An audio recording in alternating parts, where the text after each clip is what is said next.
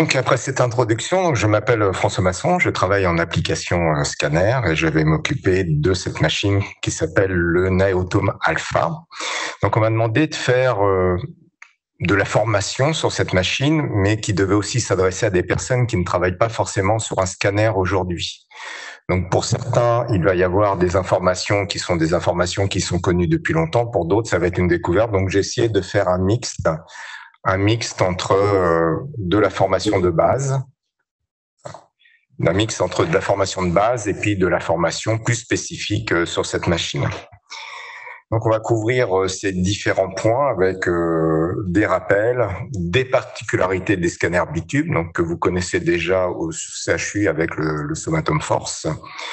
Les spécificités concernant le capteur, donc un capteur à comptage de photons, et puis on verra ce qu'on peut faire avec ces données aujourd'hui. Alors je vais commencer par des rappels généraux sur la machine. Alors je mets généralement cette diapo de Monsieur Hounsfield. Alors, Monsieur Hounsfield, c'est la personne qui a travaillé et qui a développé le scanner au début des années 70. Et je mets sa photo parce que son nom a débouché sur une unité qui est énormément utilisée au scanner aujourd'hui, qu'on appelle les unités Hounsfield. Et donc, le scanner, vous allez voir au cours de la présentation, je mettrai une diapo avec un résumé des différents acronymes. Le terme CT pour Computed Tomography est utilisé en équivalent, donc anglo-saxon, du terme scanner. Alors, ce qui caractérise cette imagerie, c'est une imagerie qu'on appelle une imagerie en coupe. Et ça, je vais y revenir. Donc, s'il y a des questions durant la présentation, n'hésitez pas à lever le bras pour que je puisse y répondre tout de suite. Ce sera plus simple que de répondre à la fin. Alors, ce monsieur Hounsfield a laissé son nom à une unité qu'on appelle les unités Hounsfield et qui permet de catégoriser les différents tissus au sein du corps humain. Donc, ces tissus sont répartis sur une échelle, donc une échelle Hounsfield qui démarre à partir de -1000, qui correspond à l'air, et qui peut monter jusqu'à des valeurs de 3000, voire au-dessus. Alors, faites attention sur l'échelle ici, l'échelle est tronquée ici et elle est coupée aussi en bas. Et on voit que tous les tissus peuvent se répartir sur cette échelle Hounsfield. On a une valeur de référence qui est l'eau. Et donc, on peut aller sur n'importe quel scanner. La valeur Hounsfield sera toujours n'importe quel paramètre d'acquisition aussi, et la valeur Hounsfield sera de 0. Et après, tous les tissus mous se répartissent aux alentours de cette valeur-là. Et puis après, on a des tissus comme l'os ou le métal, qui sont des tissus, des matériaux très denses, et où là, les valeurs Hounsfield peuvent diverger. Puis on a des tissus comme l'air qui là aussi montrent des valeurs Hounsfield, enfin des tissus comme l'air plutôt, qui affichent des valeurs Hounsfield qui sont égales à -1000. Donc il y a deux points caractéristiques dans l'utilisation du scanner, 0 pour l'eau, -1000 pour l'air. Afin de visualiser les images, on s'intéresse à certains tissus. On voit que les tissus, et ça c'est important, que les tissus mous se répartissent dans 150 unités Hounsfield environ. Et donc si on a une échelle Hounsfield qui part de -1000 à +3000, si on affichait en niveau de gris, on aurait tous les tissus mous dans un seul niveau d'échelle de gris. Donc ça, on peut le mesurer, ces différentes valeurs, grâce à des rouilles qu'on peut positionner. Donc on voit un vaisseau avec une valeur Hounsfield à 39, on a la graisse qui est moins dense que l'eau, donc avec des valeurs négatives, et l'os qui peut être plus ou moins dense en fonction que c'est de l'os compact, cortical, ou si c'est de l'os spongieux. Et puis les structures pulmonaires qui, elles, sont très peu denses, puisque les structures pulmonaires contiennent beaucoup d'air. Donc pour pouvoir visualiser correctement les images, on va faire des opérations de fenêtrage, donc régler le contraste et sur quelle zone d'intérêt on veut regarder les images. Donc on voit ici, on utilise une fenêtre et un centre, donc window et center. Et là, on voit une fenêtre qui est à 350, un centre à 50. Et puis la même image, entre guillemets, c'est exactement les mêmes données qui sont visualisées pour voir les structures pulmonaires, où là, on a un fenêtrage qui est très large et avec un centre qui est focalisé sur les tissus pulmonaires que l'on veut imager. Donc ça, c'est quelque chose qui est fait en permanence. Ces images arrivent avec des fenêtrages prédéfinis, mais on utilise beaucoup la souris pour ajuster exactement le contraste que l'on souhaite dans l'image. Alors, pourquoi le scanner a été développé. Si on part de clichés de thorax, de face profil, s'il y a un nodule pulmonaire, ce nodule va être très difficile déjà à détecter puis à localiser. Donc, l'idée du scanner, ça va être de faire des tranches d'acquisition sur le patient. Alors, je vais vous faire voir une vidéo. Cette vidéo n'est plus du tout d'actualité, puisqu'aujourd'hui, les scanners ne fonctionnent plus de cette façon-là, mais c'est la première machine mise au point par M. Hounsfield. Alors, c'est très intéressant parce que, théoriquement, ce fonctionnement est utilisé pour expliquer beaucoup de choses, même aujourd'hui, sur le fonctionnement du scanner. Donc, si je déclenche la vidéo, je vais ici. Vous allez voir que c'est un système de translation-rotation avec un seul détecteur et il y a un pinceau qui vient acquérir des données en tournant autour du patient. Donc ça, c'est le principe d'acquisition. On appelle le scanner aussi la tomographie, donc c'est la réalisation de coupes à travers le patient. Et là, ce qui est intéressant, c'est qu'on s'aperçoit, alors on n'est pas allé tout à fait jusqu'au bout, mais un demi-tour suffit pour acquérir des données pour reconstruire une image. Ça, on reviendra sur cette notion par la suite. C'est l'étape suivante. Donc, si je prends la radio, j'ai cette image-là. Et puis, si je prends mes images et que je les empile, donc ça, c'est une image obtenue, je peux empiler mes images, j'obtiens ce type d'image. Et là, on peut parfaitement voir ici le petit nodule qui est ici. Et si on a un doute sur le nodule, on peut très bien naviguer dans la pile d'images pour savoir est-ce que c'est vraiment un nodule, quelque chose de ponctuel, ou est-ce que c'est un vaisseau que je coupe en tranches, par exemple. Et on a d'autres types de représentations qui permettent de visualiser vraiment le nodule pulmonaire, chose qui était vraiment très difficile à réaliser sur un cliché 2D. Ici, en radio, on va comprimer l'ensemble du volume sur un plan et obtenir une image. Alors que là, on va faire des images et on va empiler, on va pouvoir naviguer sur une tranche à travers le volume. Alors, de quoi est constitué un scanner? Alors ça, c'est pas le vôtre, c'est pas le Néotomafas, un scanner avec un tube, un détecteur, mais le principe est le même. Tout ce qui est à l'intérieur, tout ce qui est inscrit dans le cercle rouge tourne, et tourne de façon continue. Vous avez quoi comme élément de base qu'on retrouve sur tous les scanners? Un tube à rayon X, puisque le scanner est une machine à rayon X.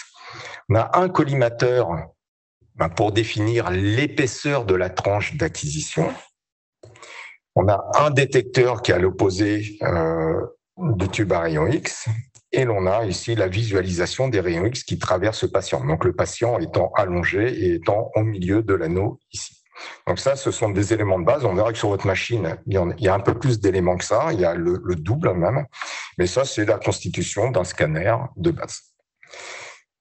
Si on prend aussi quelques références, donc là, on voit le foyer du tube, le détecteur qui est ici, on a l'épaisseur de la tranche et on a des coordonnées. Vous allez voir que par la suite, quand on va parler du détecteur, à certains moments, c'est un peu dur de se repérer, de savoir dans quel sens on est orienté. Donc, le plan d'acquisition initiale est défini par les axes XY ou le plan défini par les axes XY et l'axe Z définit l'axe longitudinal du patient, l'axe de déplacement de la table au sein du statif. Alors, qu'est-ce qu'on a comme matériel? Tout dépend des scanners qui sont installés aujourd'hui, mais globalement, on a toujours à peu près les mêmes structures. On a ici le statif d'examen qui contient à l'intérieur l'ensemble détecteur tube à rayon X, la table sur laquelle s'allonge le patient, des armoires de contrôle, un reconstructeur d'image et un pupitre de commande. Alors, sur certains scans, les armoires et l'ordinateur, tout ce qui est informatique est intégré directement au statif. Donc, vous n'avez que le statif, la table d'examen et le pupitre de commande. Donc là, quand on voit une image comme ça, il y a quelque chose d'assez troublant. Qu'est-ce qui peut manquer sur cette image? Une chose importante, la radioprotection. Oui. La console n'est pas à l'intérieur de la salle d'examen. On a une machine à rayon X. Il faut absolument se protéger des rayons X. Donc, l'ensemble d'acquisition est dans une salle. Et là, en vert, j'ai représenté une couche plombée. Et le pupitre de commande est situé à l'extérieur de la salle, bien sûr. Si je regarde comment les données sont acheminées, qu'est-ce qui se passe avec les données qui sont acquises sur le scanner? Donc, on part des données ici. Les données vont être transmises. Alors, les données déjà d'acquisition vont dépendre de ce que l'utilisateur souhaite faire. et des paramètres que l'utilisateur va mettre au niveau de l'interface d'utilisation. Ensuite, les données acquises vont être transmises à un ordinateur spécifique, un ordinateur qui est spécialement conçu pour reconstruire très vite. L'ordinateur s'appelle IRS, pour Image Reconstruction System. Et là-dedans, il va y avoir deux opérations qui vont avoir lieu. Il y a une première opération qu'on appelle une opération de pré-traitement, qui est faite, on ne peut pas y toucher. Mais selon le protocole sélectionné, selon les KV, les constantes utilisées, selon plein de paramètres, le système va nettoyer les données acquises des différents défauts qui sont inhérents aux défauts liés au scanner. Donc, certains défauts peuvent être corrigés en amont, d'autres ne peuvent pas être corrigés. Donc, on génère des tables de correction qui sont utilisées pour corriger ces données acquises. Et une fois que ces données sont acquises, on obtient ce qu'on appelle des données brutes. Et ça, c'est fondamental en scanner. Les données brutes, c'est les données à partir desquelles l'utilisateur va fournir des paramètres de reconstruction pour reconstruire les images. Tant qu'on a les données brutes, on peut reconstruire des images avec des caractéristiques très différentes.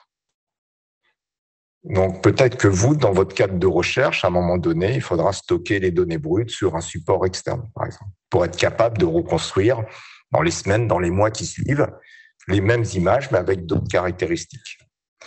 Donc, on vient mettre sur ces données brutes des paramètres de reconstruction, et ces paramètres de reconstruction permettent de reconstruire des images. Et ces images, généralement, sont stockées sur un autre ordinateur, et ces images, après, sont affichées sur l'écran, et on peut, ce que je montrais tout à l'heure, fenêtrer différemment les images pour faire apparaître tel ou tel organe, tel ou tel tissu. Alors, comment est-ce qu'on acquiert les données sur le scanner?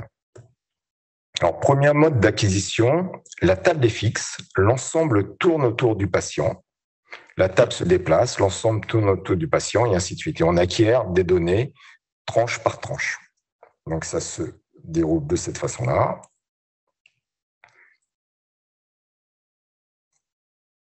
Ça se déroule, voilà. Donc, voilà, la table est fixe, le système fait un tour autour du patient, la table se déplace, le système fait un tour autour du patient. Donc, si on a un déplacement de table qui est égal à l'épaisseur du faisceau, on a des acquisitions qui sont jointives. Si la table se déplace d'une longueur qui est supérieure à l'épaisseur du faisceau, il va manquer des données. Bon, généralement, on ne fait jamais ce type d'acquisition. Ces acquisitions séquentielles, ce n'est pas celles qui sont utilisées principalement en scanner aujourd'hui. Elles peuvent être utilisées dans certains cas, mais ce n'est pas le mode d'acquisition de base. Ce qu'on utilise aujourd'hui, c'est plutôt les acquisitions volumiques, hélicoïdales, spiralées. Chez nous, ça s'appelle spirale. Et là, on va avoir un déplacement simultané de la table alors que le tube est en train d'acquérir.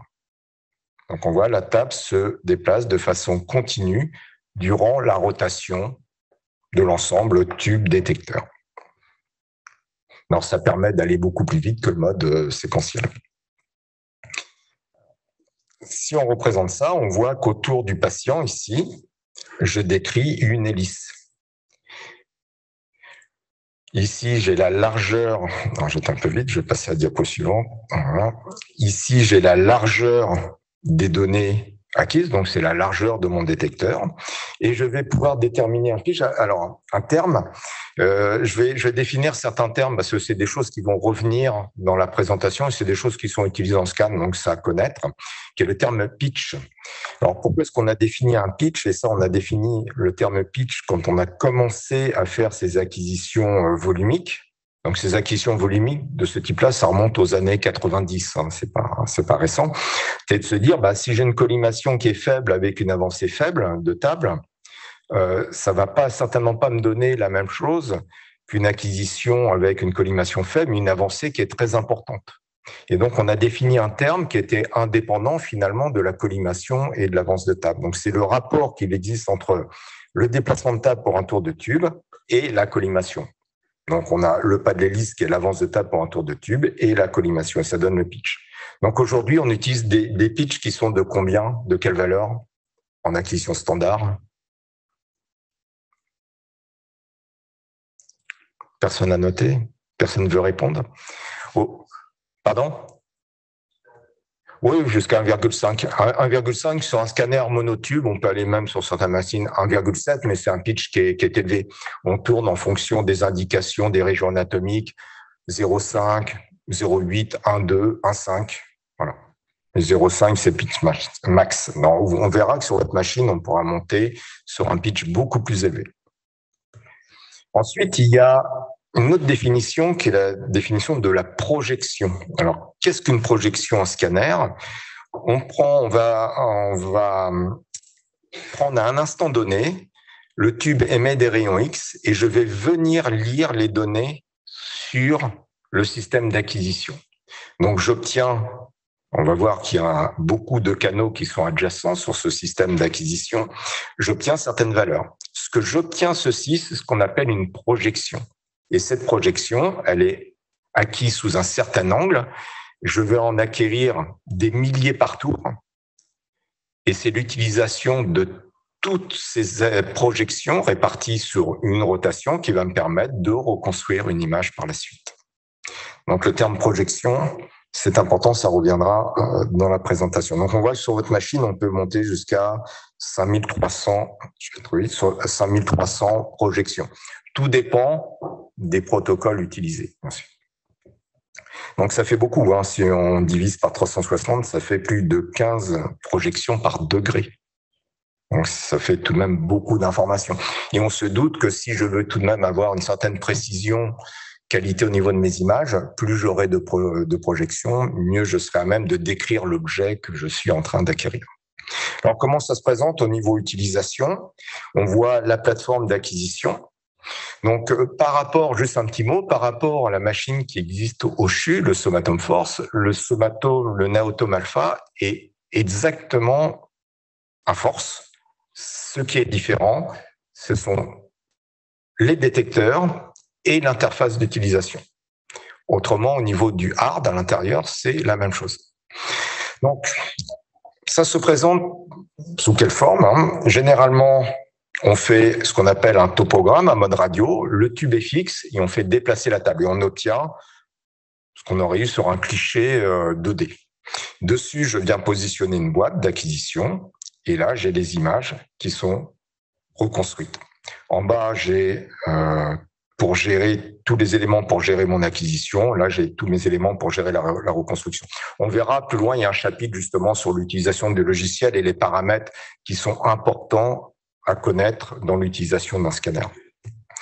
Et puis, bien sûr, on ne va pas à chaque fois rentrer les paramètres à utiliser à la main. Donc, on a une banque de données de protocoles qui existent et puis on peut aller choisir le protocole pour l'utiliser, le charger et réaliser l'examen. Alors, vous avez une particularité sur votre machine, c'est qu'il n'y a pas un ensemble tube détecteur, mais il y en a deux. Donc, c'est une machine bitube.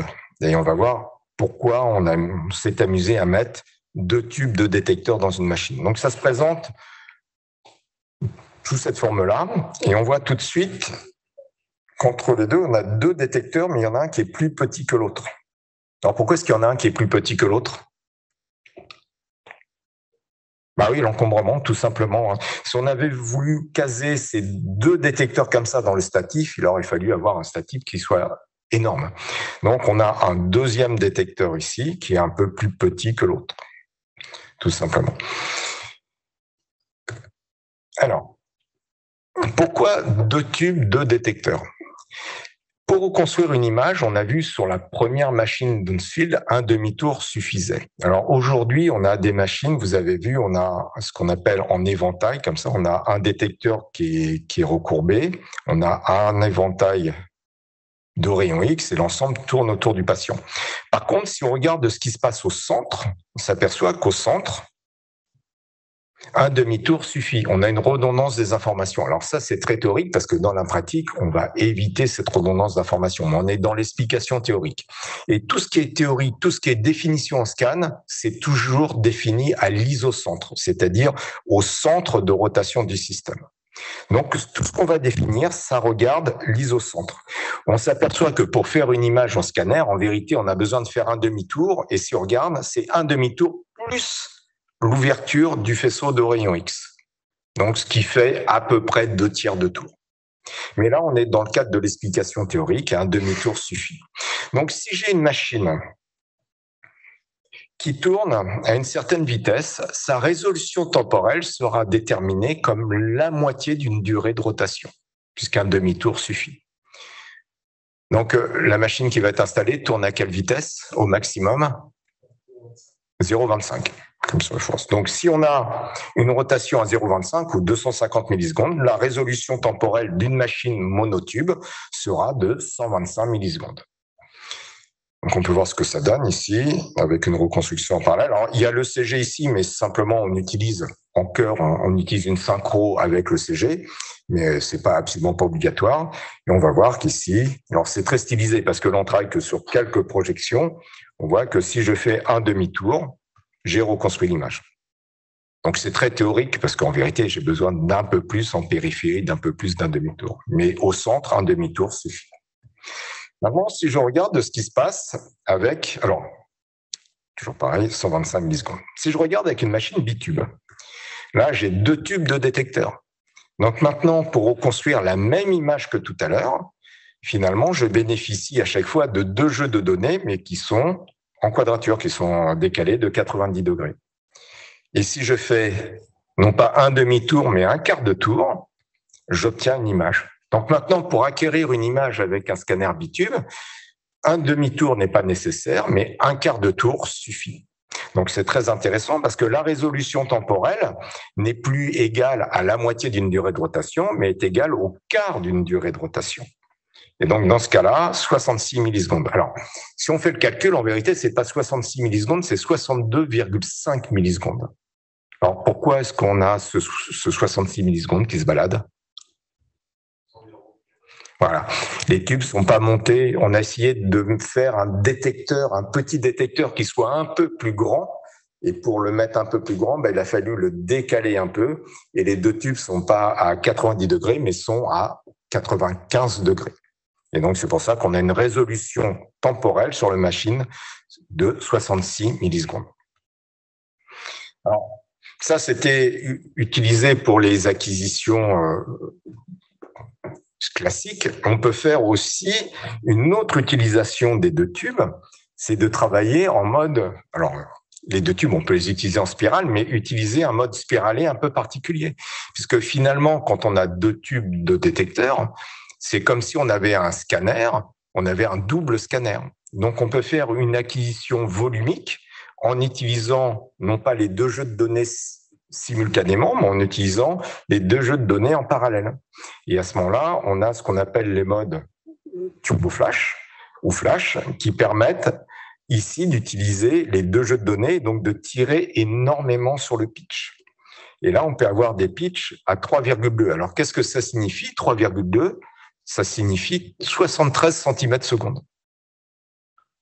Donc, c'est très, très rapide. On peut couvrir tout un tronc en 1 seconde. Donc, vous imaginez le passage sur le cœur, c'est quelques dixièmes de seconde. Alors, j'ai une vidéo pour vous montrer des coronaires acquises en mode flash. Le problème, c'est qu'en vidéo, la vitesse n'apparaît pas flagrante. Pourquoi? Parce que pour passer à un instant donné sur le cœur, on va faire une synchro cardiaque et le système a besoin d'accélérer. Donc, le système va se mettre la table 40 cm en amont, en aval, en amont, et va finir 40 cm en aval du cœur. Donc, on a un déplacement qui est quasiment d'1 mètre, alors que l'acquisition en elle-même porte sur 15 cm. Donc, c'est pas flagrant, mais on voit. Vous allez voir, le patient rentre dans l'anneau et on va déclencher le mode. On peut se dire, ça prend 1 seconde, oui, mais le passage sur le cœur, lui, a duré 2 ou 3 dixièmes de seconde. Donc, c'est très rapide. On peut voir ici, alors c'était une acquisition, un pur hasard qui a été réalisé. Il y a eu 2 modes flash de réaliser consécutivement, sans synchro cardiaque. On voit très bien ici les valves aortiques. Sur un passage, elles sont parfaitement ouvertes. Et sur l'autre passage, elles sont parfaitement fermées. On les voit fermées ici, on les voit ouvertes ici. Donc, ça permet, ce mode d'acquisition, d'acquérir sur de grands volumes et de figer le mouvement aussi.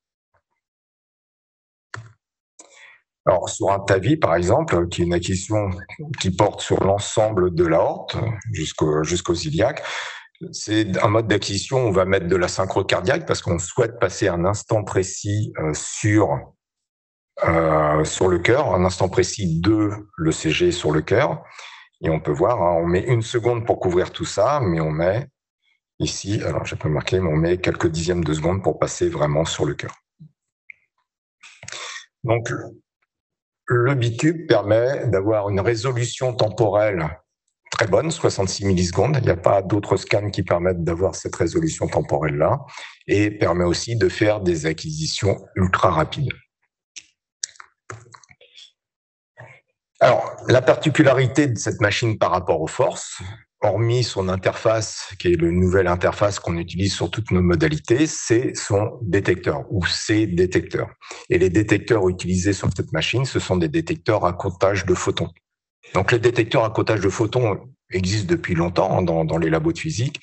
Là, ils commencent à être utilisés sur une machine d'imagerie médicale, un scanner, de façon en routine. Alors, on va voir que les scanners à comptage, le détecteur à comptage de photons ouvre différentes perspectives et ont des avantages qui n'ont rien à voir entre eux, mais qui sont tous combinés. Alors, quelques acronymes. On a vu tout à l'heure le CT, donc ça c'est pour le scanner. Je vais pas parler, mais dans certaines diapos, ça sera marqué, et puis dans les articles, on retrouve le terme EID, qui représente les détecteurs actuels et qu'on appelle les détecteurs à intégration d'énergie. Après, on a tout ce qui est détecteur à comptage de photons, donc photon counting, détecteur ou photon counting CT, dans le scanner à comptage de photons. Le terme UHR qui va revenir, donc l'ultra haute résolution, donc vous connaissez déjà sur le Force, mais qui est réalisé à l'aide de matériel qu'on vient mettre sur le détecteur. Là, ça va pas du tout être le cas. C'est le détecteur lui-même qui est UHR. Les expressions double énergie ou imagerie spectrale. Donc, la double énergie est un cas particulier de l'imagerie spectrale. Donc, on peut utiliser les deux termes aujourd'hui parce qu'on utilise de toute façon que de la double énergie dans le cadre de l'imagerie spectrale. Le cas Edge, donc ça c'est physique, c'est au niveau de l'atome. Donc l'atome est composé d'un noyau avec des couches électroniques périphériques qui sont réparties par des couches qui s'étalent à partir du noyau, la couche K, L, M. Et il y a beaucoup d'interactions avec la couche K. Et quand il y a des interactions, il y a une discontinuité dans l'atténuation des matériaux rencontrés. Donc ça, c'est quelque chose qui va revenir aussi, ce cas Edge, une expression qui va revenir souvent. Et juste pour un petit rappel, à un moment donné, je parlerai d'étain et le symbole chimique de l'étain, c'est SN. Vous verrez apparaître à côté des kilovolts du SN 100 kV.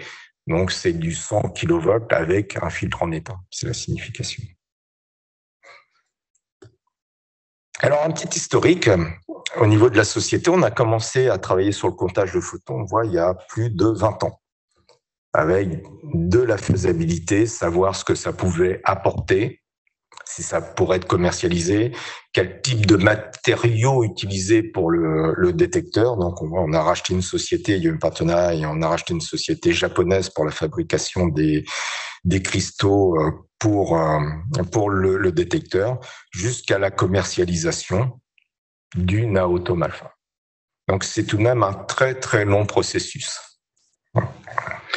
Alors, aujourd'hui, on a des détecteurs qui travaillent sur le même principe depuis quasiment 25 ans. Ce principe est alors ici, on a un élément de détection. Donc, ce principe est l'utilisation d'un scintillateur. Donc, c'est un composant qui va transformer l'énergie du photon en lumière visible. Derrière, on va coller une photodiode qui, elle, va transformer cette lumière visible en signal électrique. Et après, on a de l'électronique qui va permettre de récupérer cette information.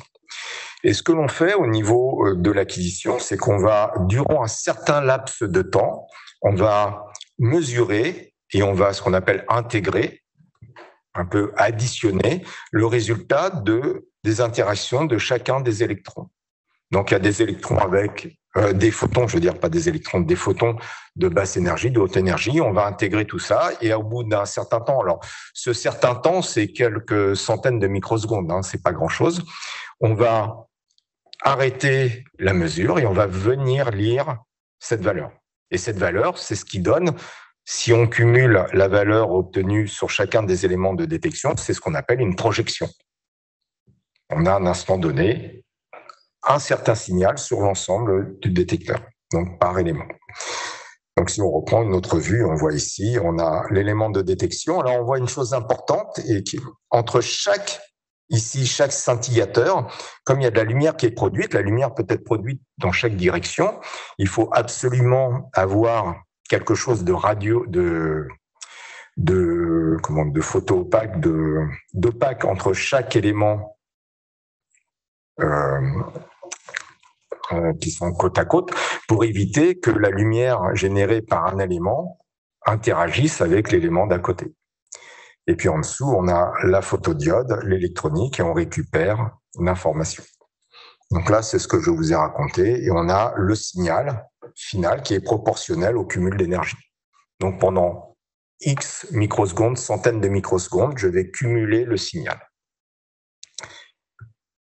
Sur le capteur à comptage de photons, le principe est différent. C'est-à-dire que j'ai toujours des photons qui arrivent sur un élément ici qui va, alors non plus générer de la lumière, mais qui va générer une charge électrique qui va se propager vers une anode de lecture, une cathode. Non, une anode. Okay. Alors ça, c'est propagé en ligne droite. Pourquoi ? Parce que entre ici et ici, on a un champ électrique, et donc l'électron qui est généré va aller tout droit vers l'anode qui est ici. Alors, ah oui, excusez-moi, ouais, je l'ai supprimé pour lancer les vidéos, et voilà, ici. Donc je disais ici, le photon arrive, va interagir avec le matériau qui est là. Alors c'est très fin, hein, ça fait 1 ou 2 millimètres d'épaisseur, mais c'est suffisant.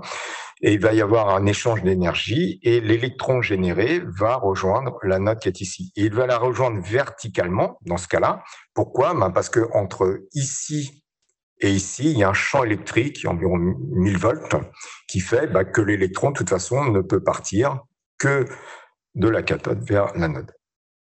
Et on va récupérer un signal. Par contre, ce signal-là, on va le récupérer pour chaque photon reçu par le détecteur. Et ce signal va être proportionnel à l'énergie de chacun des photons. Donc, ce qui est représenté ici, si on a un photon de haute énergie, on va avoir ce sommet. Si le photon suivant qui arrive sur le détecteur est de moindre énergie, on aura un signal moindre. Donc là, c'est un principe qui est différent. On ne va pas intégrer le signal, prendre tous les photons pendant X microsecondes. On va lire individuellement chaque photon. Alors, est-ce que vous avez une idée de la quantité de photons qui peut arriver sur une surface donnée ? C'est le genre de question que jamais personne s'est posé avant. Donc, ça peut varier de centaines de milliers à des centaines de millions. Hein. Tout dépend de la quantité de photons, de ce qu'on a mis au niveau du tube, de la surface.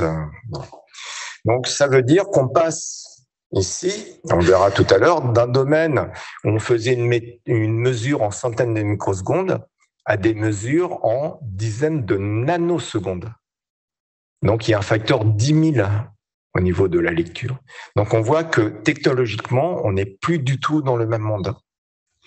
Voilà. Donc, si je reprends, on a ici le détecteur, donc c'est vu du côté, on a la cathode ici, l'anode ici, l'accélération des charges vers l'anode, et puis après, on vient lire individuellement chaque photon.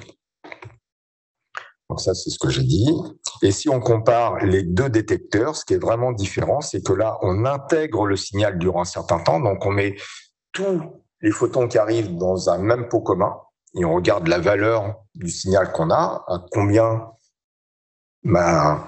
mon pot est rempli. Alors que là, on va s'intéresser finalement à chaque photon qui arrive jusqu'au détecteur.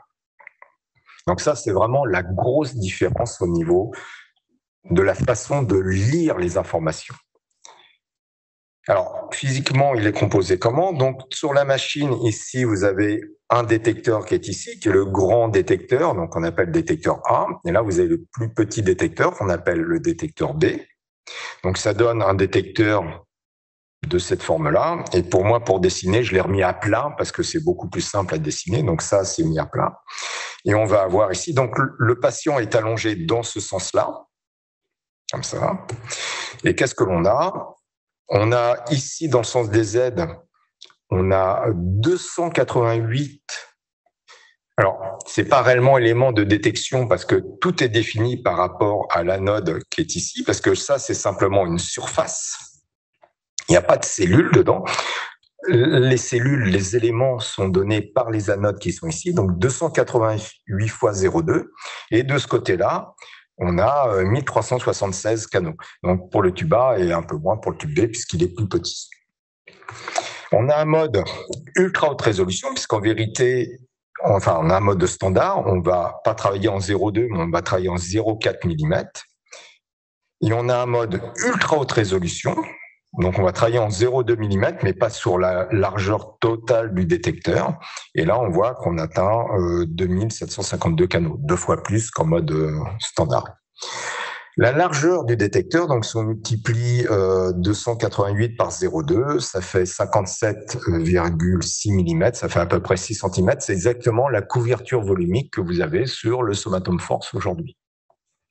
Donc pour ça, je vous dis au niveau de la machine, extérieurement, hormis la technologie du détecteur, vous avez la même machine. Donc avec toutes ses qualités, la résolution temporelle, la possibilité d'acquérir très vite. Donc, retenez, s'il y a deux chiffres, 120 fois 0,2 ou 144 fois 0,4. Alors, chose intéressante, sur le Force, on avait, pour ceux qui ne connaissent pas, dans ce sens-là, donc on avait des rangées de barrettes, c'était des rangées de 0,6 mm. Donc, on avait 96 rangées de 0,6 mm. Là, on peut avoir 120 rangées de 0,2 ou 144 fois de 0,4. Et là, de ce côté-là, on a beaucoup plus aussi d'éléments de détection. Donc finalement, le débit des données est conséquent. Sur le Force, il était de 8,5 gigabits par seconde. Et si on regarde sur le Naotome, c'est des bytes, c'est octet plutôt. Et sur le Naotome, il est à 35. Donc beaucoup plus important. 4 fois plus important. Et j'ai regardé, pour qu'on se rende compte de ce que c'est, j'ai regardé les prérequis Netflix en HD, et c'est 12 000 fois les prérequis Netflix. Donc, il y a une quantité de débit, et technologiquement, c'est quelque chose aujourd'hui qui est difficile à gérer. Parce que n'oubliez pas que ça, c'est dans une partie qui tourne. Et ça tourne à 4 tours à la seconde. Donc, il faut arriver à transférer les données entre une partie tournante et une partie fixe à un débit qui est considérable. Donc, ce sont des choses qui sont difficiles à réaliser aujourd'hui. Alors, il y a 4 points importants à connaître sur les capteurs à comptage de photons, que je vais reprendre par la suite. Il y a des capteurs plus petits. On va voir comment ça se passe. Pas de bruit électronique, peu de bruit électronique. Une efficacité, un rendement meilleur pour les bases d'énergie. Et puis une sensibilité spectrale. On a vu qu'on mesurait par rapport à l'énergie, donc on va arriver à l'imagerie spectrale. Alors, capteur plus petit. En haut, on a ici un système de détection classique à intégration. Alors, ce qui n'était pas mis tout à l'heure, ce sont ces choses-là qui sont au-dessus du détecteur et qui sont... Ça correspond à quoi, ça? Une idée? Ouais, collimateur, mais on appelle ça un peu différemment, c'est les lames antidiffusantes. Parce qu'avec les rayons X, comme beaucoup d'autres choses, il y a des diffusés, donc on peut très bien... Les rayons X ne traversent pas le corps humain de façon toute droite, il y a des diffusés, donc on peut avoir très bien des rayons X qui arrivent de travers comme ça jusqu'au détecteur. Et ça, c'est très préjudiciable pour l'image. Donc ce que l'on fait, c'est qu'on met les détecteurs au fond de lames. Alors sur le système, on a des lames qui sont focalisées dans un sens, on peut avoir aussi les lames focalisées dans l'autre sens. Et comme ça, s'il y a un rayonnement qui vient sur le côté, il n'arrive pas jusqu'au détecteur. Il n'y a que les rayons qui proviennent directement du foyer du tube qui arrivent au détecteur. Donc ça, c'est un élément que l'on a sur un capteur classique à intégration d'énergie. Et c'est l'antidiffusantes, on les a aussi sur le comptage de photons, ça ne change pas. Les diffusés existent toujours, hein, c'est en amont du détecteur. Hein. Donc ça concerne, ça traverse, et quand on traverse le patient, elles sont toujours présentes. Par contre, la différence, c'est que là, on a un espacement, mais à l'intérieur, on peut définir beaucoup plus de sous-éléments. Et donc, le 0,2 mm, on le retrouve à l'intérieur. Donc, on peut définir plusieurs éléments de 0,2 mm, et entre les éléments, il n'y a pas de cloison. Là, il y a forcément une cloison, donc qui correspond à une lame antidiffusante. Donc, c'est intéressant parce qu'on va pouvoir définir des éléments qui sont beaucoup plus petits. Les éléments, la définition, la dimension de l'élément n'est simplement donnée que par la taille de l'anode qui est ici. Si je définissais une anode à 0,1 mm, cette partie-là ne serait absolument pas impactée. Je ne modifierais que cette partie-là. Et ça, c'est simplement une gravure électronique. Hein. C'est ce qu'on fait avec les composants électroniques. Alors que là, la séparation entre chaque élément de détection, il faut couper les éléments de détection et mettre des cloisons entre. Donc, ça demande beaucoup de mécanique et c'est un travail qui est vraiment très minutieux. Donc, sur cette machine, on va gagner énormément en résolution spatiale.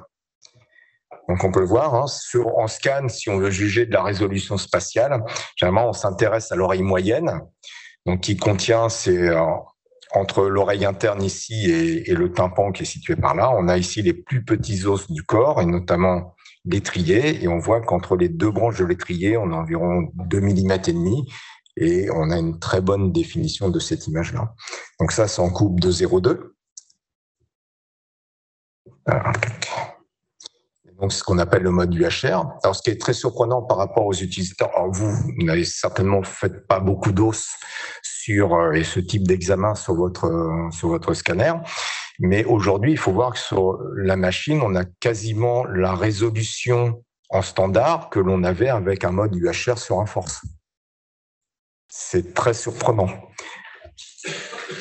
Donc, si on regarde ce que ça donne sur des fantômes, on peut définir ici la résolution spatiale, et là, par exemple, on peut définir 16 paires de lignes, donc 16 lignes blanches et noires, enfin 6 lignes blanches et noires sur un espace de 1,5 mm. Donc, on voit que c'est tout de même, on atteint des niveaux de résolution spatiale, 40 paires de lignes par centimètre, c'est très, très élevé comme résolution spatiale. Et on voit que les images sont pas très bruitées non plus, hein, parce que ça va être la deuxième caractéristique des détecteurs à comptage de photons. Alors, cette deuxième caractéristique, c'est l'immunité au bruit. Il y a toujours un bruit de fond, parce qu'on va recevoir des photons, on va recevoir aussi surtout tout le bruit qui est généré par les photons à basse énergie. On va pouvoir mettre une règle et dire, comme je regarde chaque photon individuellement et que je mesure l'énergie de chacun des photons, je peux très bien me dire, en dessous d'une certaine énergie, c'est des choses qui ne me serviront pas pour l'image et c'est ce qui correspond à du bruit. Et donc, tout ce qui est en dessous d'un certain seuil, je ne le prends pas en compte. Je vais prendre en compte que ce qui est au-dessus d'un certain seuil. C'est ce qui est visualisé ici. Le bruit ici, je ne le prends pas en compte. Je vais prendre que ce qui dépasse un certain seuil. Donc, je vais acquérir une immunité au bruit qui apparaît ici. Et donc, ça, c'est intéressant parce que ça permet de diminuer très fortement le bruit dans les images. Donc là, on voit, c'est des acquisitions réalisées sur 2 machines avec une dose inférieure. On voit qu'on a une qualité qui est meilleure, un bruit qui est nettement moindre ici qu'ici. Donc ça va être une caractéristique importante et qui est liée aussi à l'UHR. Alors, c'est des caractéristiques qui sont côte à côte, mais liées, qui sont très intéressantes. C'est qu'on va pouvoir utiliser de l'ultra haute résolution, mais ne pas être impacté par le bruit, comme on pouvait l'être aujourd'hui quand on faisait des acquisitions très haute résolution. C'était pour des régions avec des contrastes spontanés très importants, pour de l'ostéo-articulaire notamment, où je peux avoir des fenêtres qui sont très larges et finalement noyer un peu le bruit dans l'image. Là, on peut atteindre de la haute résolution sur des tissus mous. Et ça, c'est très intéressant. Autre caractéristique que l'on avait sur les détecteurs, alors je regarde juste ici, cette droite-là, ça, c'est la réponse énergétique du détecteur à intégration que l'on a. Et on voit que plus les énergies sont faibles, moins la réponse du détecteur est bonne. Et plus on monte en énergie, meilleure est la réponse. Or là, on regarde l'imagerie qui nous intéresse beaucoup, elle est plutôt de ce côté-là. Et surtout, si on fait de l'imagerie à base d'iode, ce qui nous intéresse, c'est cette région-là. Et on voit qu'elle est finalement faible par rapport à ce que je peux avoir ici. Sur le comptage de photons, alors c'est la courbe bleue qui est derrière, qui est représentée par une droite ici, on a un système de comptage. Donc, on va prendre les photons un par un et on va les compter un par un. Donc, qu'ils soient de faible ou de haute énergie, on s'en moque un. S'ils sont au-dessus du seuil des 20 keV qu'on a vu pour éliminer le bruit, on le prend en compte. Ça pose pas de problème. Ce qui n'était pas forcément le cas ici. Ici, du fait de l'intégration du signal, les photons de basse énergie étaient pénalisés par rapport aux photons de haute énergie et sous-représentés. Donc, on a un rendement du détecteur qui est intrinsèquement meilleur pour les basses énergies. Et les basses énergies, c'est une partie de l'imagerie qui nous intéresse. Donc, ça se voit ici. Enfin, ça se voit pas. On a vu, vous voyez rien du tout, mais le contraste sur le crâne est meilleur. Alors, à côté, je vous ai mis un truc avec des courbes. Je ne vais pas rentrer dedans. C'est pas ce qui est le plus intéressant. Ce qui est le plus intéressant, c'est ce qui est écrit ici. Et ça, c'est surprenant. Augmentation du rapport contraste sur bruit à 120 et 140 kg. Moi, je vous dis, sur la machine, pour faire du vasculaire, il faudra travailler à 140 kV. Et ça, c'est surprenant parce qu'aujourd'hui, sur notre machine, c'est exactement l'inverse. Aujourd'hui, si on veut obtenir du contraste, et notamment du contraste à l'iode, on va plutôt travailler de l'autre côté de l'échelle des kV, plutôt à 70 ou 80 kV. Là, si on veut avoir du contraste, on va travailler à 140 kV. Et on va le voir par la suite, pourquoi est-ce qu'il faut plutôt utiliser des valeurs de kV élevées plutôt que des valeurs de kV basses. Alors, inconvénient, et on va voir une chose surprenante, un inconvénient du comptage de photons, on a dit qu'on comptait individuellement chaque photon. Mais la lecture, c'est de l'ordre de 10 nanosecondes. Mais on suppose qu'il y a un photon qui arrive, j'ai le temps de le lire, puis un autre arrive, j'ai le temps de le lire, puis un autre arrive, j'ai le temps de le lire. Mais à certains moments, on ne peut pas savoir, c'est pas réparti comme ça. Je peux avoir 2 photons qui arrivent en même temps, ou 3 photons qui arrivent en même temps. Donc, si j'ai 3 photons qui arrivent en même temps, je ne suis pas capable de les distinguer. Donc, je vais relever une information qui va être l'information au niveau énergie des 3 photons. Et pour moi, ça sera qu'un seul photon avec une énergie 3 fois plus élevée. Donc ça peut être un défaut. Et ce qu'on voit ici, là, je détermine un photon, 2 photons, et là, on a l'addition d'un photon qui était là, d'un photon qui était là, et puis certainement un photon au milieu aussi. Et j'ai l'addition de tout ça. Donc ça, c'est un défaut qu'on appelle le pile-up. Mais ce qui est le plus intéressant, c'est comment je peux éviter d'avoir ce défaut. Alors, pour éviter d'avoir ce défaut, je peux travailler sur des détecteurs qui sont plus petits. Si le détecteur est plus petit, il va recevoir moins de photons. Le problème, c'est qu'il faut qu'il reçoive suffisamment de photons. Et surtout, ce qu'il ne faut pas que je fasse, c'est ici, ce qu'il faut que je fasse, c'est diminuer le flux de photons. Et diminuer ce flux de photons, c'est principalement jouer sur les masses. Donc, l'idée de se dire, pour améliorer la qualité image, je vais augmenter les masses pour diminuer le bruit. Le problème, c'est que je vais être confronté de plus en plus à ce problème-là. Donc, je vais fausser de plus en plus les mesures. Donc, l'idée de se dire, j'augmente les masses pour augmenter la qualité image, non, il ne va pas falloir partir dans cet axe-là. Les masses vont affluer, bien sûr, mais attention, on a des problèmes techniques qui peuvent se produire par la suite. Donc, ça aussi, c'est une remise en cause de la façon dont on pouvait travailler avant. Alors, cette imagerie spectrale, comment ça fonctionne? Alors déjà, l'image est comment j'arrive à obtenir une image? Alors, j'utilise 2 principes physiques qui sont l'effet photoélectrique et l'effet Compton, et on voit l'effet photoélectrique pour les gammes d'énergie auxquelles on travaille. Et directement, alors l'effet Compton est directement proportionnel à l'inverse de l'énergie, alors que pour l'effet électrique, c'est inversement proportionnel au cube de l'énergie. Et ici, c'est aussi proportionnel au cube du numéro atomique de l'élément qui est traversé. Et donc, ces deux phénomènes vont rentrer en ligne de compte et ce sont ces deux phénomènes qui vont créer l'atténuation rencontrée sur le chemin des rayons X et qui va me permettre d'acquérir des données pour reconstruire l'image. Si je fais une acquisition ici sur un thorax injecté, je peux voir que j'obtiens des valeurs Hounsfield très différentes. Alors, pourquoi j'obtiens des valeurs Hounsfield très différentes? Parce que je suis très éloigné des valeurs d'atténuation de l'eau. On s'arrange sur les scanners pour qu'aux environs de l'eau, pour les tissus mous, j'ai toujours des valeurs Hounsfield à peu près cohérentes, équivalentes, quels que soient les KV utilisés. Si je m'éloigne de l'eau, on peut dire, là, je vais avoir une dispersion des valeurs Hounsfield. Donc ici, on voit très bien, c'est un phénomène qui est bien connu. Si je travaille à haut KV, j'aurai à 140 kV quasiment 2 fois moins de valeur Hounsfield qu'à 80 kV. Ce qu'on cherche à faire habituellement en scanner, travailler à bas kV pour renforcer le contraste dans les images. On a beaucoup de différences. Alors, si on regarde ces différences de contraste, alors attention ici, c'est pas une échelle qui est linéaire, c'est une échelle logarithmique. Là, si je prends de l'os en vert et si je prends de l'iode en orange, on voit que pour l'iode, travailler à des KV différents, ça va engendrer une différence d'atténuation qui est énorme, alors que pour l'os, ça va engendrer une différence d'atténuation qui est moindre. Et ça, si j'ai un pixel, j'acquiers avec un système. Pour chaque pixel, je peux avoir 2 valeurs d'atténuation, une valeur d'atténuation pour mes bas KV, une valeur d'atténuation pour mes hauts KV. Si je sais que ça varie pas du tout, c'est de l'eau, du tissu mou. Si ça varie énormément, il y a de fortes chances que ça soit de l'iode. Et là, si on prolonge, on voit ici se décrocher. Ça, c'est ce qu'on appelle le cas Edge. Et ça, c'est le cas Edge de l'iode à 33 keV, qui est très connu. Voilà. Donc, on voit que ça augmente, et là, ça chute d'un seul coup. Donc, l'imagerie spectrale va être basée actuellement sur les différences d'atténuation que l'on a pour des KV différents.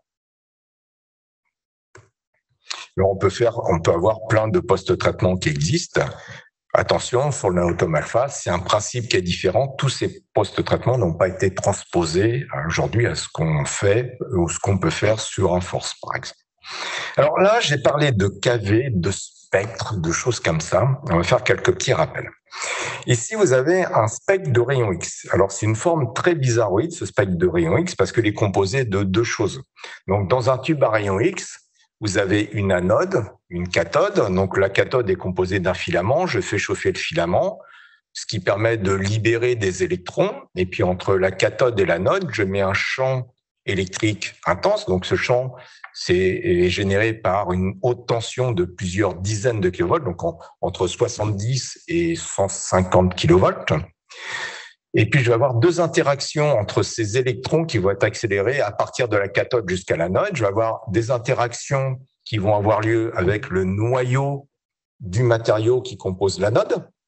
Et ça va être un spectre continu parce que je vais avoir des interactions lointaines si l'électron passe très loin du noyau, puis des interactions très fortes si l'électron passe très près du noyau. Mais globalement, les électrons vont passer loin du noyau plutôt que proche du noyau. Il y en a plus qui passent loin que proche.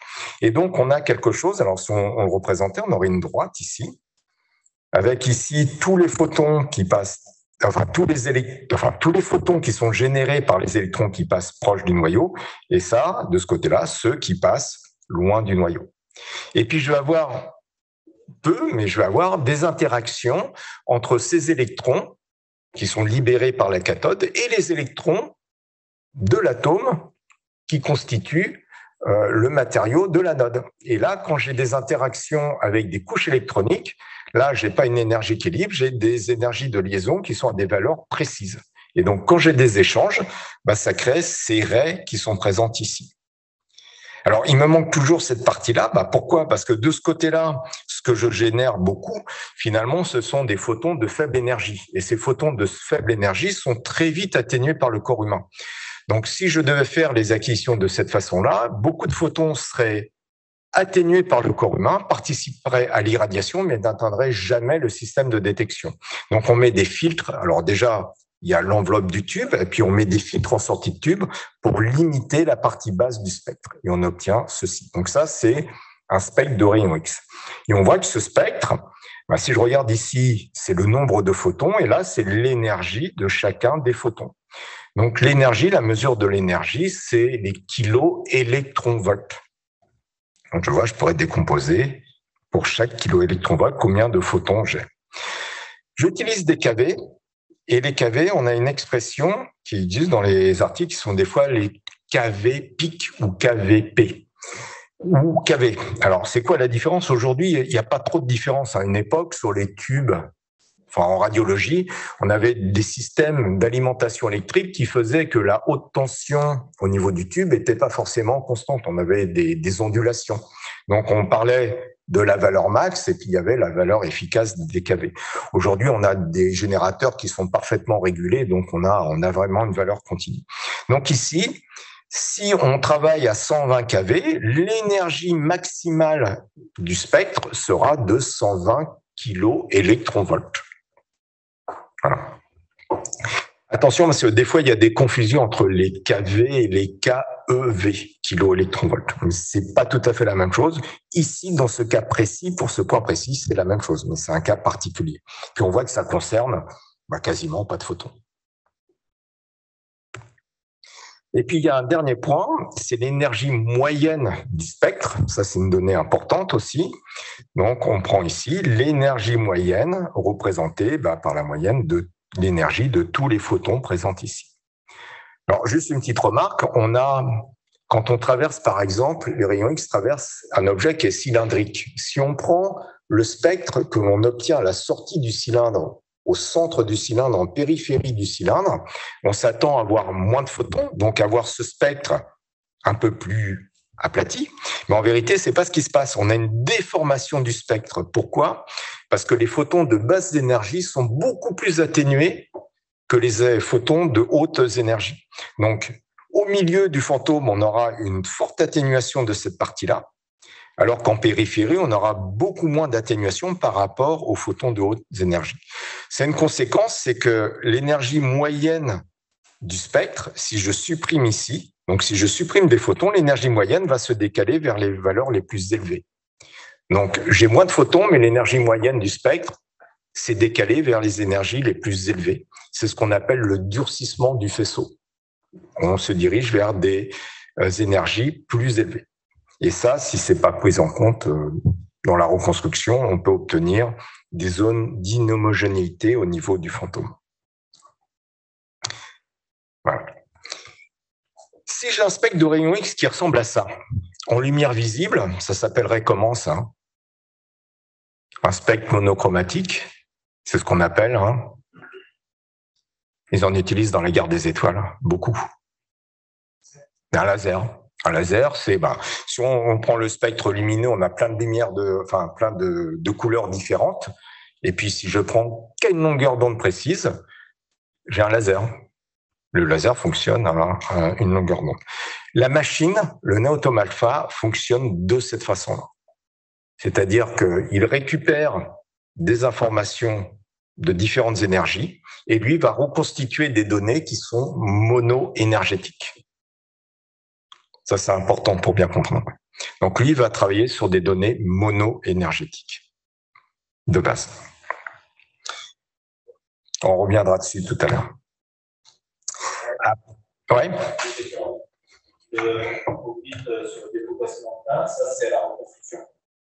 Ah, ça, c'est la reconstruction. Oui, c'est pas acquisition. Peut-être qu'un jour, on aura des tubes à rayons X. On pourrait avoir, si on avait des sources radioactives, des rayons gamma, on pourrait avoir une longueur d'onde et avoir une source monochromatique. Mais bon, ça a tout de même beaucoup d'inconvénients aussi. Donc peut-être qu'un jour, on sera capable de faire des sources de rayons X monochromatiques, peut-être. Mais bon, c'est pas le cas aujourd'hui. Donc on refait le côté monochromatique, on le recrée du côté acquisition. Et le fait, ça veut dire pour avoir le fait que le spectre change, la énergie soit atténuée, plus forte sur un cylindre descend. Oui. L'intensité globale qui est envoyée dans le patient change en fonction de là où on est. Alors, les atténuations pourraient changer, mais ça, on le corrige. c'est quelque chose qui est corrigé. Si on faisait sur un cylindre, on aurait sur une partie centrale, on serait beaucoup plus sombre. On s'attend, si c'est un Phantom 2, d'avoir en gris. Et finalement, on pourrait s'apercevoir qu'au centre, on est beaucoup plus sombre qu'en périphérie. Donc ça, c'est très nocif pour le diagnostic. Donc, ce sont des choses qui sont corrigées justement au niveau de l'étape du pré-processing. Donc, il y a des tables de correction qui sont générées, des algorithmes qui sont générés dedans. Mais le durcissement de faisceau, c'est un gros problème pour la radio, pour le scanner. Durcissement de faisceau, c'est vraiment problématique. Si on avait des sources monochromatiques, ça améliorerait d'un seul coup la qualité image de façon considérable. Donc, c'est des choses qui sont corrigées aujourd'hui. Alors, si je regarde ce que j'obtiens, donc ça, c'est sur une projection, donc on voit l'échelle des temps, là, elle est graduée en nanosecondes, on a des centaines de nanosecondes. Si on avait parlé sur un scanner, on serait à la centaine de microsecondes, donc on est sur une autre échelle. Donc on voit ici le bruit, bon ça, j'en tiens pas compte parce que moi, je regarde tout ce qui se passe au-dessus. Et comment on va fonctionner? Alors ça, c'est des valeurs qui sont établies. Après, dans l'utilisation de la machine, les valeurs peuvent être différentes, mais on va récupérer l'information et on va les classer selon certains seuils. Donc, on peut définir sur la machine, c'est comme ça, on peut définir 4 seuils. Un seuil, alors le T, c'est pour threshold, le seuil en anglais, récupérer jusqu'à la valeur max à partir de la valeur à laquelle on a défini que l'on prenait des informations à partir d'ici, à partir d'ici, à partir d'ici. Donc, on a 4 seuils. Le système est designé pour 4 seuils. On va le voir par la suite, ça fonctionne pas comme ça aujourd'hui, mais c'est designé pour 4 seuils. Donc, si on regarde ce que ça donne, par exemple, si je prends les informations et je reconstruis des images qu'avec ces informations-là, ou qu'avec celle-ci, qu'avec celle-ci, qu'avec celle-ci, qu'est-ce que je vais obtenir? Je vais obtenir ici ce type d'image, on voit là, c'est entre 25 et 140 keV, entre 50 et 140 keV, entre 75 et 140 keV et entre 90 et 140 keV. Et qu'est-ce qu'on voit au niveau de l'image? Pour les bases d'énergie, quand on est proche du KH de l'iode, j'ai de l'iode qui apparaît sur mes images, j'ai du blanc. Si je ne prends plus en compte du tout mes bases d'énergie, je vais carrément lessiver mon image. J'aurai plus d'informations sur l'iode. Parce que ces informations-là sont dans la partie basse du spectre et sont dans la partie basse, sont ici. Alors, si je prends que des informations qui sont ici, ces informations, je ne les prends pas. Alors, sur la machine, on ne travaille pas avec 4 seuils aujourd'hui. On va travailler qu'avec 2 seuils. Un seuil qui va être T1 et un seuil qui va être le cumul de tout ce que j'ai au niveau du seuil numéro 2. Tout ce seuil-là. Dans le futur, il y aura peut-être d'autres choses, mais pour l'instant, la machine fonctionne comme ça. Donc, je peux obtenir 2 informations. T1 ou l'ensemble, T2, T3, T4. Donc, comment sont reconstruites les images? J'ai un jeu de données T1, un jeu de données qui prend tout ce que j'ai au-dessus du seuil 2, 3, 4. Je mets ça dans une boîte et je vais obtenir ici un jeu de données monochromatique à une énergie donnée et un jeu de données monochromatique ici, ce qu'ils appellent la monochromatisation. Bon, ici, correction du durcissement de faisceau, on en revient à notre problème de spectre et c'est à prendre en compte. Et puis après, je vais mettre des paramètres de reconstruction et là, je vais reconstruire 2 images. Alors, ces images-là, je ne les verrai pas. Je ne sais pas, elles sont à l'intérieur de la machine, elles ne sont pas du tout accessibles. Je vais reconstruire 2 images, une côté basse énergie, une du côté haute énergie. Et à partir de ces images-là, je vais reconstruire mes images finales qui m'intéressent. Donc, des images qui vont être mono-énergétiques ou des images où je vais supprimer l'iode ou des images où je ne vais laisser que l'iode à l'intérieur. Voilà le cheminement de l'opération. Donc, avec la possibilité d'intervenir ici. Ici, c'est du côté paramètres d'acquisition. Là, ce sont les paramètres de reconstruction tels qu'on va les voir. Dans le futur, les différents disques vont être ce sont pas des corbeilles là encore. On travaille sur des seuils et pas des corbeilles. Si je travaillais sur des corbeilles, il faudrait que je fasse une différence. Par exemple, il faudrait créer une corbeille qui soit la différence entre T1 moins tout ça. Et là, j'aurais une corbeille d'énergie ici. Alors que là, je prends les données à partir d'un seuil jusqu'au maximum. Ah, si. Ah, si. Dans les relateurs, on parle juste un compte de T1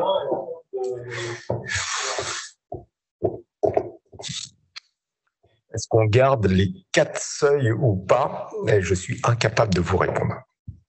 Je pourrais me renseigner, mais je ne sais pas. Parce qu'il existe sur la machine, ce sera peut-être le cas, des protocoles de recherche, mais qu'on n'est pas capable de reconstruire sur place. On peut avoir les 4 seuils, mais on est incapable de les reconstruire. Donc, il faut remonter ça. Enfin, c'est très compliqué à gérer. Il y a des choses, ça arrivera, hein, parce que s'ils ont mis 4 seuils, c'est pour les utiliser un jour. Mais pour l'instant, on peut pas le faire.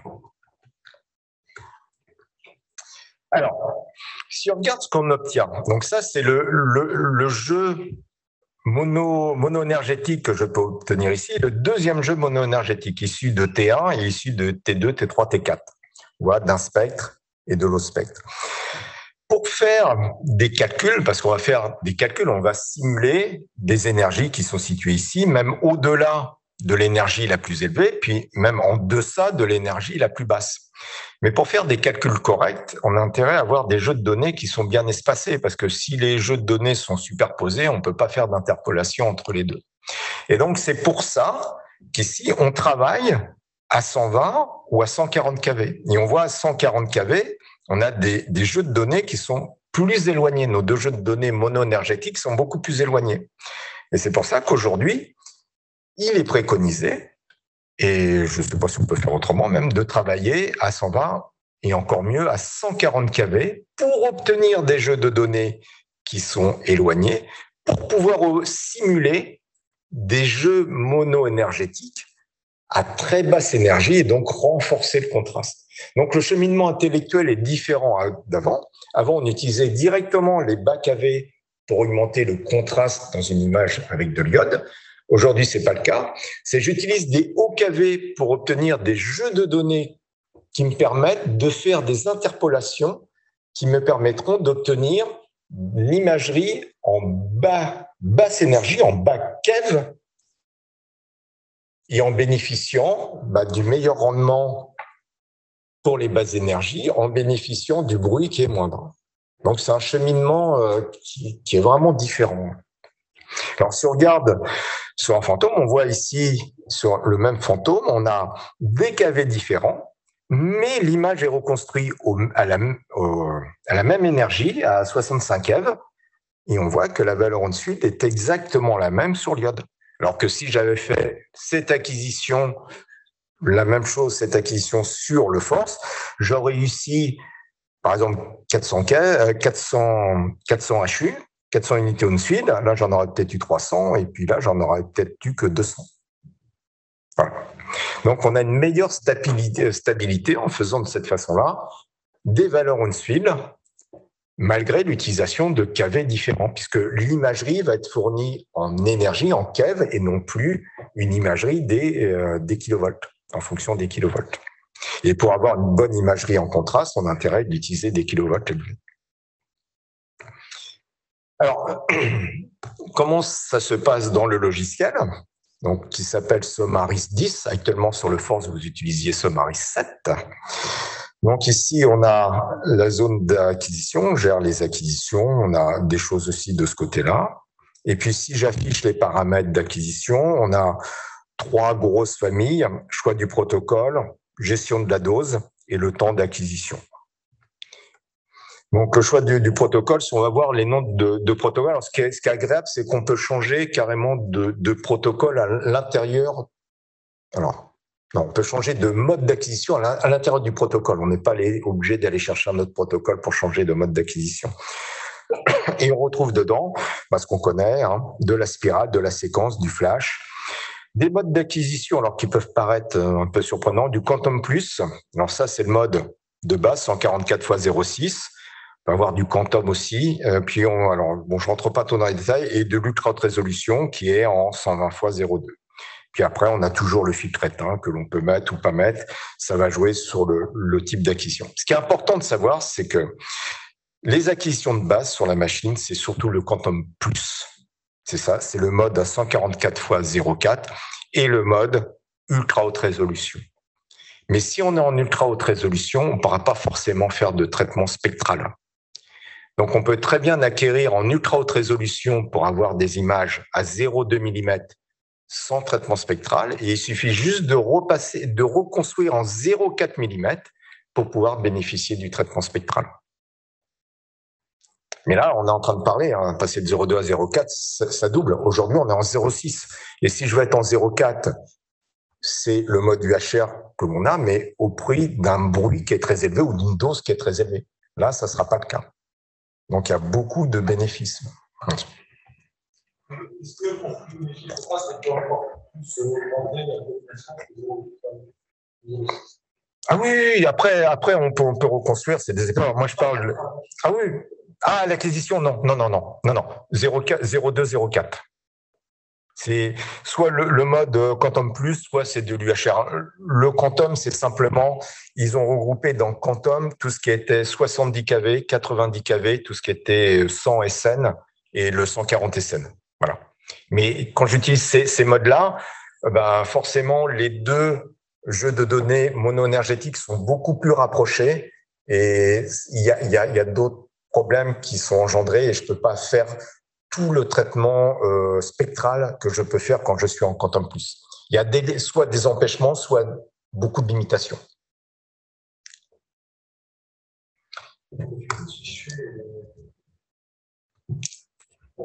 sur un mode ARS, en reconstruction, on va passer en Quantum Plus. Si on est en Quantum Plus au départ. Ah, en UHR, oui. En UHR, je repasse, oui. Enfin, c'est pas en Quantum Plus, mais je repasse en 0,4. Si le filtre est pas trop dur, en dessous de 76, j'ai accès à des traitements, à certains traitements spectraux. Ouais. On va privilégier du 140 kV à l'acquisition. Ouais. Si je reconstruis en 0,4, mais sur le ARS, je n'aurai du coup pas les traitements spectraux. Ouais. Je n'aurai que du 140 kV ouais. base. Mais en haute résolution. Ouais. On verra, il y a un mode de reconstruction dedans qui n'est pas spectral, qui n'est pas préconisé à utiliser, mais qu'on utilise pour l'ultra haute résolution, ou si on veut un temps de reconstruction très rapide. On va fonctionner comme si on fonctionnait sur un détecteur à intégration. Donc, il n'y a pas de seuil, il n'y a pas de chose, on prend tout et on reconstruit. Donc, c'est un mode de reconstruction qui est très rapide. Mais bon, il n'y a pas, à part ces cas-là, c'est jamais intéressant de l'utiliser. Alors après, on a le choix du protocole, on a ensuite la gestion de la dose. Donc, vous connaissez pour ceux qui utilisent le CARE dose 4D, CARE KV. Donc, en gros, ça, sont des dispositifs. On a quel KV choisir, quelle masse choisir au niveau du tube pour réaliser l'acquisition. C'est un système qui va, par rapport à des valeurs de référence que l'on a rentrées, qui va regarder sur le topogramme quelle est la corpulence du patient et qui va adapter les paramètres. Et on peut indiquer au système, est-ce que c'est un examen qui est non injecté? Est-ce que c'est un examen artériel? Est-ce que c'est un tissulaire injecté? Et à ce moment-là, le système va prendre en compte toutes ces informations et sélectionner quel est le meilleur KV à utiliser et quelles sont les masses à utiliser pour réaliser l'acquisition. Donc là, ils ont renommé ça CARE dose 4D et CARE KEV.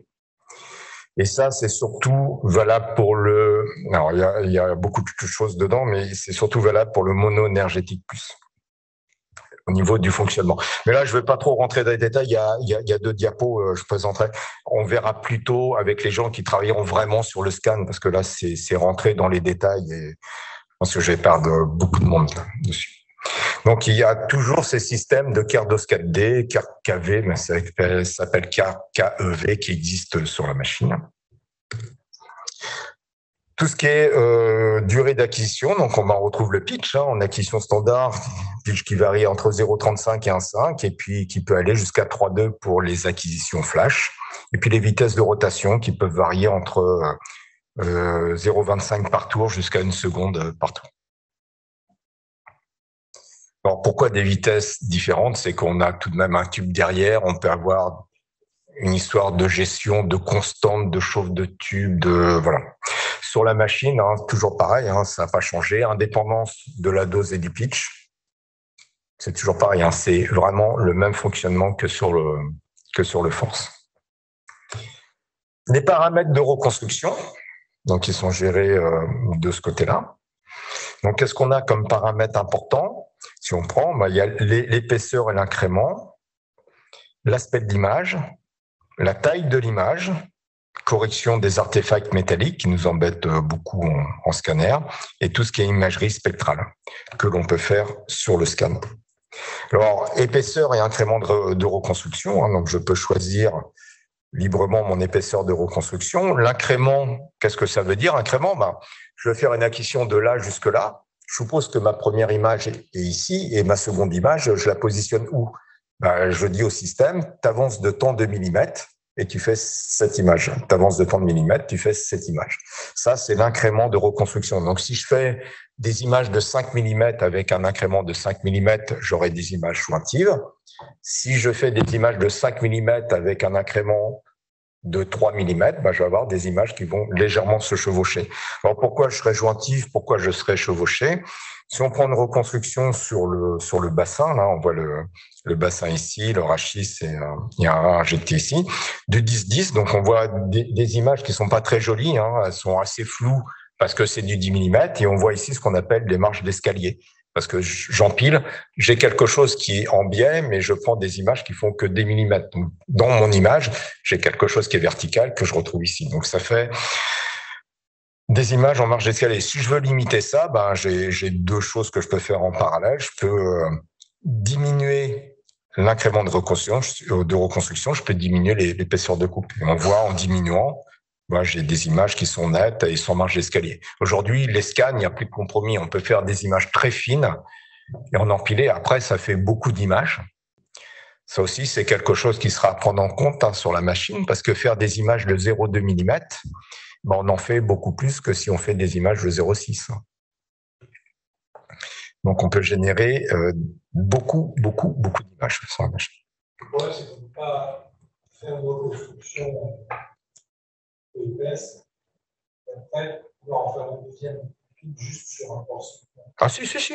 À partir du moment où on a acquis avec la collimation, avec de l'UHR, on peut faire de l'épais et du fin. Si on était à 144 x 0,4, on pourra toujours faire du 0,4. Tant qu'on a les données brutes, on pourra faire du 0,4. Donc on peut très bien...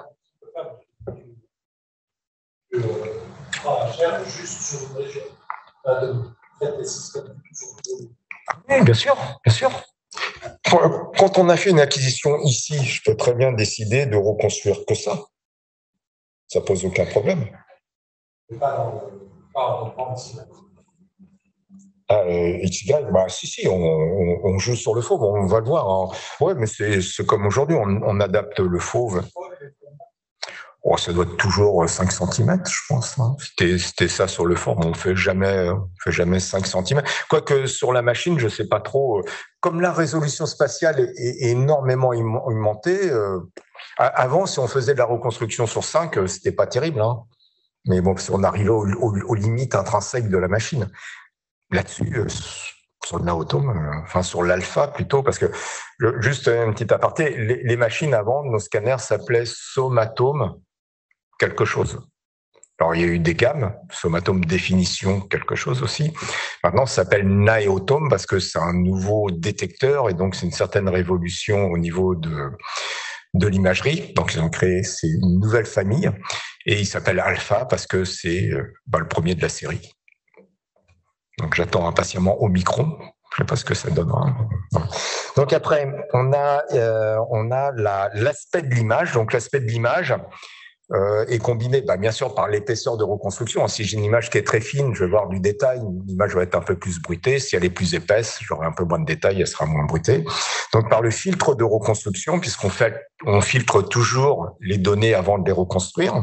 Donc, le filtre est donné sur la machine par une lettre majuscule, une lettre minuscule et un nombre. Donc, la lettre majuscule, c'est en gros, pour le crâne, ça sera du H. Pour tout ce qui n'est pas crâne, ça sera du B. On a d'autres lettres qui existent aussi. Puis une petite lettre derrière qui spécifie quelle est la visée de la reconstruction. Donc, si c'est du standard, c'est R. Si c'est du vasculaire, ça sera V. Si c'est du poumon, ça sera un petit L. Et puis un nombre, donc qui varie entre 36 et 98, oui. Donc là, 36, c'est des filtres très mous. 98, ce sont des filtres très durs. C'est ce qu'on voit ici. C'est une image de crâne avec un filtre mou, un filtre dur. Alors, le même fenêtrage. On voit ici une image, on voit les structures osseuses, mais toutes les parties molles sont très granitées, alors que sur le filtre mou, les parties molles sont beaucoup plus lisses. Par contre, on distingue moins bien les structures osseuses. Donc ça, c'est classique, c'est comme avant. Alors ici, vous avez un nom qui est différent, qu'on a vu sur la reconstruction, qui est le QIR, mais le QIR, c'est l'équivalent d'Admire. On n'a que 4 niveaux, on peut jouer sur 4 niveaux, mais c'est comme Admire. Après, on a le fauve. Donc le fauve, c'est la taille de l'image que je veux reconstruire. De base, quand on travaille sur la machine, et on peut l'utiliser qu'avec un seul tube aussi, la machine, sur le grand détecteur, on a 50 cm de champ d'acquisition. Donc en imagerie, on adapte toujours le champ de reconstruction à ce qu'on veut visualiser. Donc là, il ne faut pas l'oublier. Si j'ai 200 mm, j'aurai un pixel qui fera 0,4 mm. Si je suis à 400 mm, mon pixel fera 0,8 mm. Donc, si je reconstruis plein champ, mais que je visualisais que cette partie-là, si je zoome mon image à la souris, ça va pixeliser mon image. Ce qu'il faut que je fasse, c'est que, au lieu de reconstruire sur la totalité de mon champ, je reconstruise que sur la zone qui m'intéresse. Et ça, c'est ce qui est fait en permanence. Quand on fait du cœur, on fait une reconstruction sur le cœur. Si je veux voir le poumon, je fais une reconstruction plus large, spécifique sur le poumon. Je sépare les deux. Vous avez la possibilité d'étendre la matrice, de sortir. Alors, les 50 cm, c'est donné par quoi ? C'est simplement que j'ai un faisceau qui part du foyer du tube qui va jusqu'au détecteur. Et si je tourne, je vais décrire à l'intersection de la périphérie un cercle qui fait 50 cm de diamètre. Alors, on peut reconstruire en dehors en utilisant des algorithmes particuliers qui sont ici, qu'on appelle le HD fauve, qui permettent de reconstruire jusqu'à la totalité de l'ouverture de l'anneau. Simplement, comme il manque des données, plus on s'éloigne des 50 cm, plus l'image sera artefactée. Donc, c'est une possibilité qu'on utilise surtout en radiothérapie où il faut avoir l'ensemble du volume pour les calculs de dosimétrie. Au niveau de la matrice de base, on reconstruit avec des matrices 512. Vous avez la possibilité d'avoir d'autres matrices, utiliser d'autres matrices. Donc, d'utiliser, par exemple, des matrices 1024. Donc, ça va faire des pixels qui sont plus petits. Donc, on va améliorer la résolution spatiale.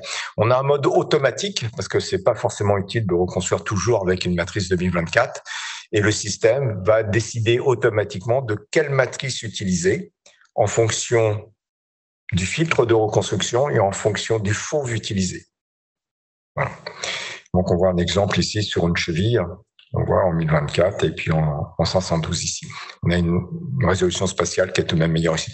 Mais c'est bien d'utiliser le mode automatique parce que c'est pas forcément utile de reconstruire en matrice 1024. Pas oublier, si je passe de 512 carrés à 1024, l'image est 4 fois plus lourde au niveau informatique. Parce que je multiplie dans un sens et dans l'autre le nombre de pixels. Donc, ça demande de la place. Aymar, donc ça, c'est la possibilité de corriger les artefacts métalliques sur l'image. Donc, on voit ici sur des prothèses de hanche, on a des artefacts métalliques dus à l'atténuation des rayons X. Et là, avec Aymar, on peut corriger ce défaut et voir ce qui se passe dans une zone où on ne voyait rien avant. Donc, il existe différents types de corrections. Hein. On peut avoir les prothèses de hanche pour le rachis, pour les cols neuro. Enfin, on peut avoir beaucoup. On a une liste d'une dizaine d'éléments ici que l'on peut choisir à la reconstruction. Et puis, on a l'énergie, tout ce qu'on peut faire en spectral sur la machine. Donc, on a ici néant. Alors, j'aime pas du tout parce qu'en anglais, c'est none. Donc, c'est pas néant, c'est aucun. Je trouve que c'est plus approprié, mais ça a été traduit par néant. Donc, s'il y a néant, les images, alors c'est le mode de reconstruction de base de la machine, les images vont être reconstruites en mono-énergie en utilisant le contenu qu'il y avait dans une diapo précédemment où je suis passé très vite, où quand on est sur le KER-KV, on peut choisir sans injection, avec injection, etc. Et le système va choisir automatiquement en fonction de ce choix-là quelle est l'énergie à utiliser pour reconstruire les images. Donc ça, c'est ce qu'on a sur néant. Puis après, je peux reconstruire en mono-énergétique en disant, je veux reconstruire une reconstruction à 40 keV, une reconstruction à 190 keV, pour de l'ORAL, par exemple. Puis après, je peux vouloir faire du sans contraste virtuel, des cartographies diodes. Puis il y a d'autres possibilités, la possibilité de pouvoir extraire les calcifications ou de ne travailler que sur les calcifications si je suis sur un examen injecté pour faire du score calcique. Et à la fin, on a le T3D. Et le T3D, bah là, il n'y a pas du tout de traitement spectral. Et ça, c'est comme si je travaillais avec un capteur classique. Juste un petit mot, on peut avoir ici en reconstruction le SPP. Alors ça peut être intéressant. Si je fais une acquisition, j'obtiens des images et j'en fais quoi après si je veux garder une trace de mes images initiales pour pouvoir les post-traiter par la suite. Alors, je ne parle pas des données brutes, je parle vraiment des images. Je vais pouvoir les recharger sur mon PAX, je vais pouvoir les sauvegarder sur le PAX, les recharger sur notre solution de post-traitement qui s'appelle Syngovia et vouloir travailler avec. Qu'est-ce que je stocke? Je ne sais pas trop. Donc, il y a quelque chose qui a été créé, un format qui a été créé. Alors, c'est un développement avec Philips, qui s'appelle le SPP. Donc pour Spectral Post-Processing. Et finalement, c'est quelque chose qui va encapsuler toutes les données nécessaires pour faire une visualisation en double énergie. Alors vous allez voir, vous aurez une petite vidéo par la suite pour voir ce qu'on peut faire avec ça. Mais c'est un format particulier d'image. Si je le stocke sur le PAX voit finalement ça comme une série d'images mono-énergétique. Enfin, on a deux choix possibles. Donc, c'est visualisable sur le PAX. Je peux rien en faire au niveau spectral.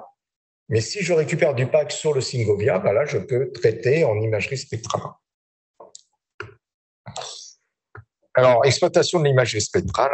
Donc, différents moyens, parce qu'il y a plein de façons de générer les images. Là, on a le scanner. Ici, on a Syngovia, qui est notre solution de post-traitement.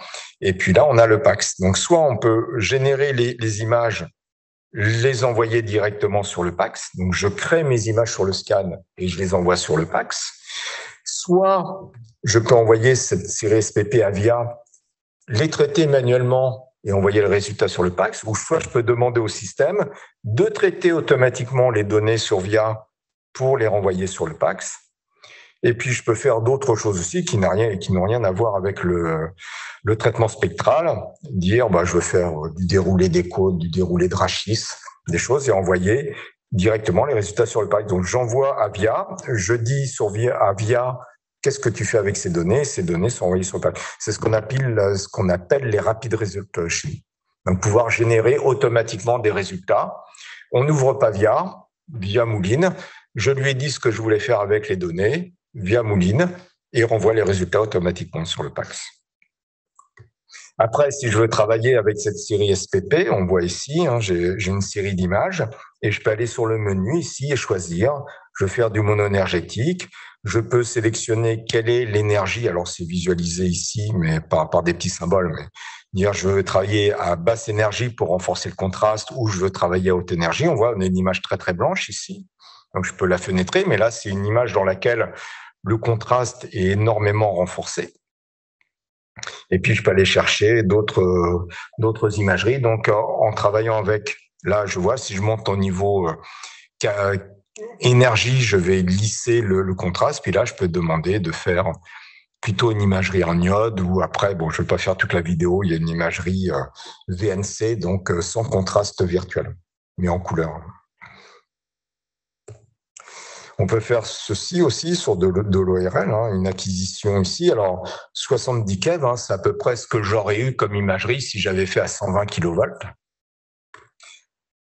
Faire ici une imagerie sans contraste. Ici, si je veux savoir ce que c'est, ici, c'est des calcifications de l'iode. Hein, je ne sais pas trop. Donc là, je vois ici sans contraste virtuel. Donc, j'ai pas d'iode. Et si je mets ici avoir des cartographies en couleur, je vois qu'ici, j'ai de l'iode, alors que là, c'est plutôt calcique.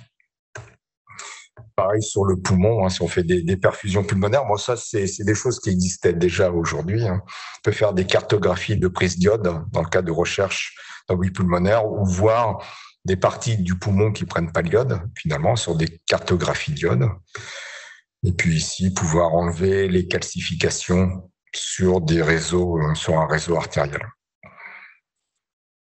Voilà. Et puis, je vais finir sur le futur parce que ça vient, parce que oui. On verra. Alors, je vais parler du futur. Alors, on peut se dire, cette machine, elle est tout de même assez futuriste. Hein. C'est la deuxième installée en France. Alors, si on compte Monaco étant français, entre guillemets, c'est la troisième. Donc, c'est tout de même assez futuriste. Mais il y a des exploitations futures qui sont tout de même envisagées. Et notamment, une exploitation future, c'est l'utilisation du K-Edge. Alors, le problème, c'est que dans le corps humain, on n'a pas grand-chose avec matériaux avec un K-Edge qui soit vraiment exploitable. Donc, la seule façon d'exploiter les propriétés du K-Edge, c'est d'injecter des produits qui contiennent des matériaux avec des K-Edge intéressants. Donc, si on regarde, celui qu'on connaît bien, c'est l'iode, à 33 keV, mais si on injecte d'autres produits de contraste, comme le gadolinium, alors ça, c'est très connu, le gadolinium, mais c'est utilisé en IRM, ou même d'autres produits de contraste, on voit ici, hein, il y a de l'or, bismuth, on voit qu'il y a des K-Edge. Alors, c'est intéressant. Pourquoi? Parce que si je fais une mesure et je relève des énergies qui sont ici, c'est des énergies élevées, puis si je me mets ici, pour le même pixel, je peux voir que j'ai des énergies très basses. Donc, je peux me dire, si j'ai un matériau qui, ici, pour ces énergies données, varie énormément de part et d'autre, c'est certainement du gadolinium ou c'est de l'or. Donc, il y a des études qui sont en cours pour, alors on voit ici avec les différentes énergies du K-Edge, pour dire, je vais introduire des produits de contraste, et on voit ici, ces produits de contraste sur une imagerie classique apparaissent avec des niveaux de gris différents, alors que là, ça apparaît avec des couleurs différentes. Donc, alors, les couleurs, on s'en moque, hein, c'est juste pour la visualisation, mais c'est de pouvoir localiser et dire, ça, c'est telle chose, c'est tel produit de contraste, ça, c'est tel produit de contraste. Et c'est ce qui était noté ici en orange, c'est-à-dire de faire un peu ce qu'on fait en médecine nucléaire et d'avoir un peu plus d'informations. Donc, d'injecter de l'or, par exemple, alors avec des timings d'injection qui seront certainement complètement différents, d'injecter de l'or pour que ces particules soient enchâssées dans des molécules qui aillent se fixer sur quelque chose de particulier. Donc, on voit, c'est un peu révolutionnaire, ça, parce que c'est pas du tout quelque chose que l'on faisait en scanner. Mais pour pouvoir le faire, il faut avoir les produits qui permettent de le faire. Par contre, la machine est déjà prête parce qu'il suffit, et c'est simplement du soft, de dire je vais faire de l'imagerie pour ce K-Edge ou je vais faire de l'imagerie pour ce K-Edge. Et la machine est déjà disponible. Ouais, parce que ces seuils, ce sont des seuils qui sont donnés par du logiciel, c'est tout. Voilà. Donc l'idée pour le futur, donc les fabricants de produits de contraste travaillent là-dessus, hein, c'est des partenariats de toute façon. Et donc ça débouchera certainement un jour. Donc pour finir, petit rappel sur la machine, 4 points à retenir. Donc la machine permet de figer l'image, donc très bonne résolution temporelle du fait de la présence de l'ensemble du double ensemble tube détecteur, permet des acquisitions très rapides. Alors ces acquisitions très rapides, c'est intéressant s'il n'y a pas de notion d'apnée, par exemple. Pour les animaux, On n'arrête pas de les faire. Alors, on peut arrêter de les faire respirer, mais même pour l'humain, on peut passer très, très vite. Donc, les mouvements respiratoires peuvent être effacés du fait de la rapidité de l'acquisition. Après, diminution de l'irradiation. Donc, ça, c'est surtout valable pour l'humain parce qu'on a une efficacité de la dose, donc l'efficacité, un meilleur rendement du détecteur, et puis on a l'élimination d'une partie du bruit. La qualité image, donc c'est lié tout ça, hein. On repart de ce qu'on a ici, mais on a maintenant, on peut avoir de l'ultra haute résolution à 0,2 mm, on peut avoir un mode de standard qui est équivalent, enfin meilleur que ce qu'on avait en UHR avant quand on faisait des protocoles UHR dédiés, tout en ayant dans ce cas-là ici de l'imagerie spectrale. Et puis, on peut avoir, bien sûr, de l'imagerie spectrale. Et là, l'imagerie spectrale est toujours disponible puisqu'on n'a pas besoin de sélectionner avant de faire l'acquisition. Si je suis en Quantum Plus, je pourrais toujours faire de l'imagerie spectrale. Voilà, donc ça, c'était les 4 points forts de cette machine. Voilà, je vous remercie de votre attention. J'ai terminé. Bonne utilisation. Merci. Des questions? Tout est clair? Oui, tout est clair? Ah, c'est parfait.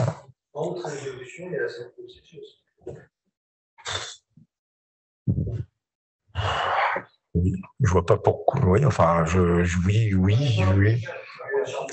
Je sais pas. Là, je peux pas répondre parce que j'ai pas eu le cas où j'ai utilisé en UHR. Donc, j'ai peut-être pas utilisé en UHR parce que c'était pas disponible aussi. Mais j'ai pas eu le besoin. Et ça sera vérifié parce que il y a tellement de combinaisons possibles derrière, parce qu'il y a plein de choses. On a vu entre les modes UHR, pas UHR, si j'utilise les 2 tubes, pas les 2 tubes. Il y a vraiment beaucoup de combinaisons. Ce que je peux faire en spectral, pas faire en spectral, c'est compliqué d'avoir les idées claires dessus. Donc, en UHR, on testera, on verra. Je sais pas si c'était disponible. Ouais, j'espère. À tester. Il y a vraiment beaucoup de choses qu'il faut tester sur la machine. Il y a plein de. Ce qu'il faut voir aussi sur la machine, c'est elle fonctionne avec la 2e version de logiciel. Donc, on est vraiment au tout début de l'exploitation de la machine. Et on voit, il y a plein de choses derrière. C'est là, mais c'est pas encore disponible parce que les lignes de code n'ont pas été mises au point, parce que on attend peut-être des évolutions du hard pour les vitesses de reconstruction, parce que il y a une quantité phénoménale de données à gérer tout de même. C'est quelque chose qui est compliqué à gérer pour un prix raisonnable, je dirais. Voilà.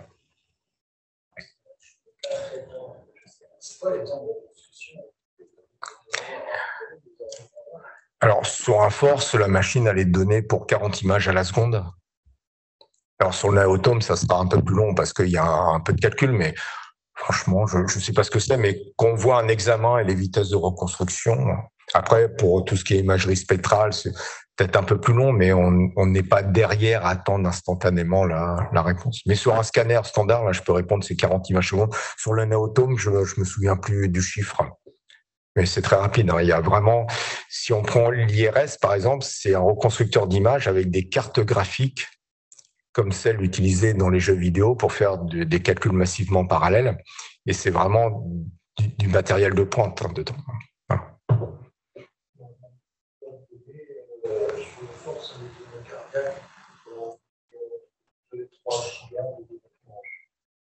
Voilà. Et donc là, si on commence à travailler sur du 0,2, ça va monter beaucoup plus. Et là, si on fait avec des matrices élevées, là, ça risque de se chiffrer en dizaines de gigas. Hein.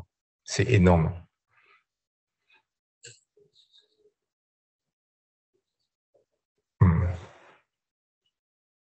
Donc c'est rapide hein, tout de même. C'est pas dans l'ordre d'idée, c'est pas gênant dans l'utilisation de la machine. Voilà. On a les images qui arrivent très vite. Quand on fait les acquisitions, on a de l'imagerie en temps réel pour savoir où on en est dans le volume en temps réel. Puis après, quand on lance la reconstruction, sur le force, c'est 40 images secondes. C'est rapide. D'autres questions? Non. Oui, voilà, oui, faut rentrer dans le vif du sujet après.